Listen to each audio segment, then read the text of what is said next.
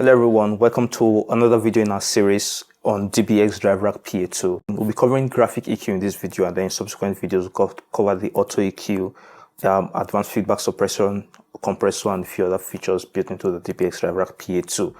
And so what I have here is my mixer is connected to the inputs left and right of the DBX Driverack PA2. And in the previous video, we showed how to do the setup. I showed how to do the setup, and our setup basically was inputs, stereo inputs to get split into the highs and the lows by our crossover. So the highs handles anything above 100 hertz, so our mid and our high frequency. And then our lows handle everything below 100 hertz, which is our subwoofer frequency. I've hooked up the speaker to the high output, so no sub signal.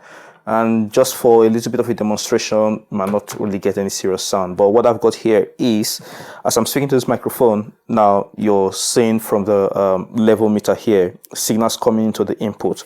But there's nothing coming to the output, and there's nothing coming out from the speakers because the outputs are muted. So this speaker is hooked up to the high output, so even if I unmute the low output, you won't be able to hear anything. And the mid doesn't work because we're not using the mid output as per our setup. And so if I unmute the high, you're able to get something from the loudspeaker, and you see the level indicator going.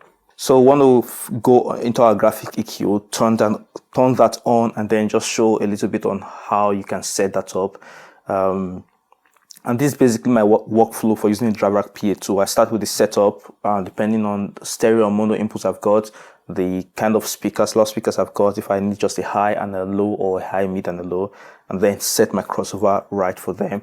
And then I can start turning on a few other things. So with the graphic EQ, the way I usually do that, you've got a bunch of buttons here that you can use to select whatever you want. So there's a button for GEQ, which is the graphic EQ, and then there's a button for crossover, which is what we did in our last video. So you can hit this button here for graphic EQ, which is what we've got here. Or if you're using the app, you can just simply tap on the graphic EQ here. As you can see, it's grayed out because it's not switched on. So you tap on the graphic EQ, and then it's all empty. So I'm doing a screen record, and which I believe you guys are seeing right now. And so you have the graphic EQ turned off at the moment, which is what you've got here, off. And so if you want to turn it on, you just hit here and then switch this on and off. And as you can see in the app as well, you just touch the button, it works as well. So let's select that for now. And then we've got quick EQ curves, which are like presets, graphic EQ presets.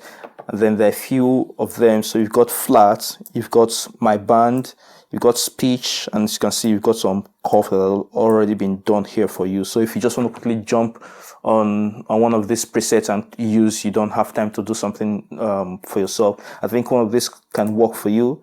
If you want a manual or a flat one, you can quickly go for that. And then when you do, whatever quick curve you selected, you can then start trying to adjust each of them.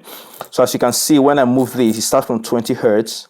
The frequency bands you can adjust all the way to 20 kilohertz. I think there are about 31 of these, and then you keep going down. So if you select any one to, it's quite a little bit tricky to do with this rotary control because we've got a lot to navigate through. So let's say 1 kilohertz, for example, I can hit that and then boost or cut 1 kilohertz. It's easy for you to do with the app because you just have to use your fingers to drag, select and drag and move. It's quite tricky to use this app, to be fair. It's quite outdated, and you can do whatever you want, or you can go back and flatten everything out. So this is basically how you set your graphic EQ for the DBX Driverack PA2.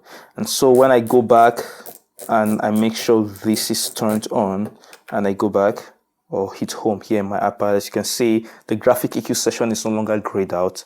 It now shows that something it's currently in use because it's all white and no longer grayed out. So that's basically how to set your graphic EQ. This is not a tutorial that shows you this is what setting you should use. It just shows you how to navigate the DBX Driverack PA2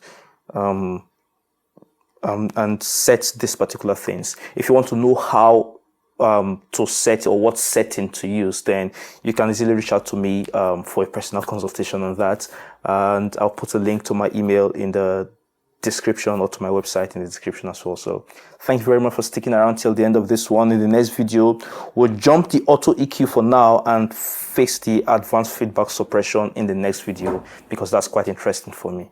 I'll catch you in that video. Bye for now.